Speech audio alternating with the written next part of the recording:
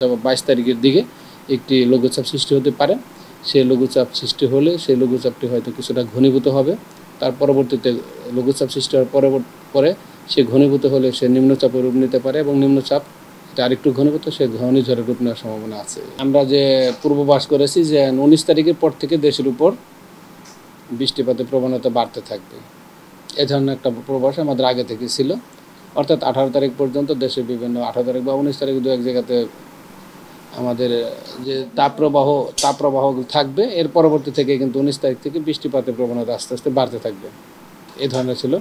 তো সেই অনুযায়ী কিন্তু আমাদের আজ যে 20 তারিখ 20শে মে দেশের অনেক জায়গাতে কিন্তু বৃষ্টিপাত আমাদের রেকর্ড হয়েছে। বিশেষ করে রংপুরে, সৈয়দপুর এবং রংপুর, সেই সাথে দিনাজপুর, এসব অঞ্চলে কিন্তু আমরা সকাল 6টা পর্যন্ত 61 মিলিমিটার 62 মিলিমিটার কোথাও কোথাও বৃষ্টিপাত করেছি। সেই জন্য সেই সাথে সন্দ্বীপে আমরা 71 মিলিমিটার 72 এবং সন্দ্বীপে পেয়েছি 72 মিলিমিটার বৃষ্টিপাত আমাদের রেকর্ড করা হয়েছে। এবং পরবর্তীতে আজকে দুপুরের পরেও খুলনা, যশোর, কুষ্টিয়া, বরিশাল এবং চট্টগ্রামের যে বিভিন্ন অঞ্চলগুলো আছে, কুমিল্লা সহ নোয়াখালী সহ সব অঞ্চলগুলোতে কিন্তু বৃষ্টিপাত হচ্ছে। এখনও দেশের উপকূলীয় অঞ্চলগুলোতে প্রচুর বৃষ্টিপাত হচ্ছে এবং আগামী 22-23 তারিখ পর্যন্ত দেশের বিভিন্ন অংশে বা বৃষ্টিপাতের প্রবণতা থাকবে, অব্যাহত থাকবে।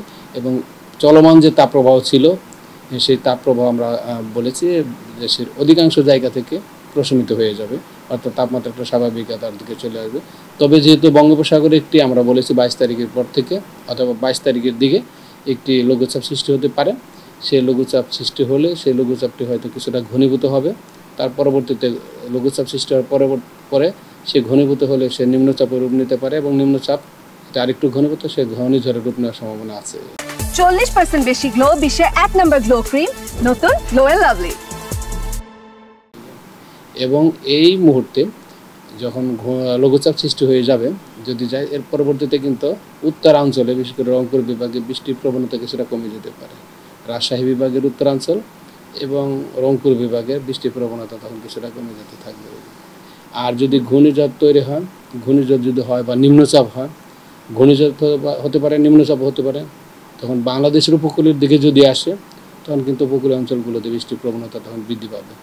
বিশেষ করে উপকূলীয় যে জেলাগুলো আছে, অঞ্চলগুলো আছে, ঢাকা সহ সেসব অঞ্চলে কিন্তু বৃষ্টিপাতের প্রবণতা এখন যে অবস্থা আছে তার সাথে আরও বৃদ্ধি পাওয়ার সম্ভাবনা আছে।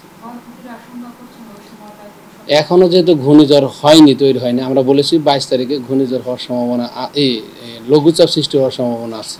লঘুচাপ হওয়ার পরে কিন্তু সে সুস্পষ্ট লঘুচাপ হবে, তারপরে যদি ঘনীভূত হয় নিম্নচাপ হবে, নিম্নচাপ আরও ঘনীভূত হলে গভীর নিম্নচাপ হবে। তার পরবর্তীতে যদি সে আরও শক্তিশালী শক্তি সঞ্চয় করে তাহলে কিন্তু তখন সে ঘূর্ণিঝড়ের রূপ নেওয়ার সম্ভাবনা থাকবে।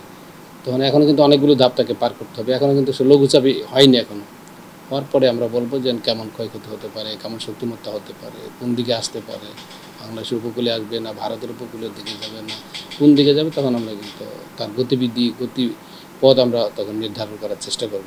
আসলে ঢাকাতে কিন্তু সামান্য পরিমাণে একটু বৃষ্টি হয়েছে, ঢাকা শহরের ভিতরে কিন্তু বৃষ্টিপাত হয়নি।